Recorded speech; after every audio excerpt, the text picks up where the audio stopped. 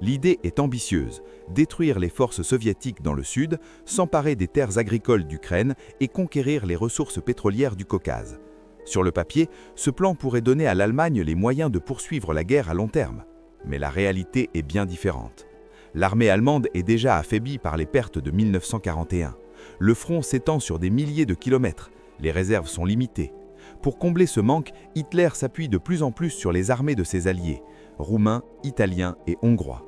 Ces forces sont nombreuses mais mal équipées, insuffisamment entraînées et peu motivées pour une guerre aussi brutale. Lorsque l'offensive reprend à l'été 1942, les premiers succès donnent une illusion de contrôle. Les forces soviétiques se replient à nouveau, refusant la bataille décisive. Mais cette retraite est stratégique, elle attire les Allemands toujours plus loin, tout en préservant l'essentiel de leurs forces. À mesure que les troupes allemandes avancent vers le sud, leurs lignes de ravitaillement deviennent de plus en plus fragiles, les pénuries se multiplient. Les soldats sont contraints de vivre sur le terrain, souvent au détriment des populations locales. La faim devient une réalité quotidienne.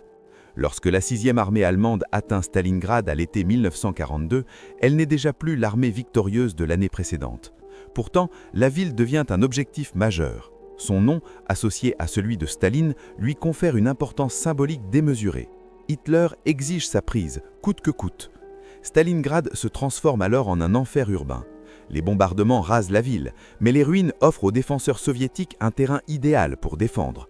Chaque immeuble devient un bastion, chaque usine une forteresse. Les combats se déroulent à bout portant, dans les caves, les escaliers, les décombres. Les soldats allemands, formés pour la guerre de mouvement, sont pris au piège dans une lutte lente et meurtrière. Les pertes s'accumulent, les renforts arrivent au compte-gouttes. L'armée rouge, elle, reçoit sans cesse de nouveaux hommes et du matériel acheminés à travers la Volga au péril de leur vie. Pendant que l'attention allemande se concentre sur la ville, l'état-major soviétique prépare une contre-offensive massive. Les flancs allemands, tenus par des troupes alliées mal équipées, sont identifiés comme le point faible. Des armées entières de chars et d'infanterie sont discrètement regroupées. En novembre 1942, l'offensive soviétique est déclenchée. Elle frappe brutalement les flancs allemands. Les lignes s'écroulent. En quelques jours, la 6e armée est encerclée. Plus de 200 000 soldats allemands se retrouvent trappés à Stalingrad. À ce moment critique, une retraite pourrait encore sauver une partie des forces, mais Hitler refuse. Il ordonne de tenir la ville et promet un ravitaillement aérien.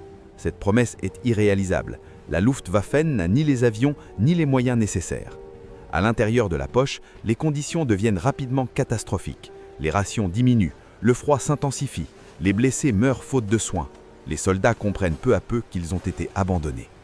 Lorsque la capitulation intervient en janvier 1942,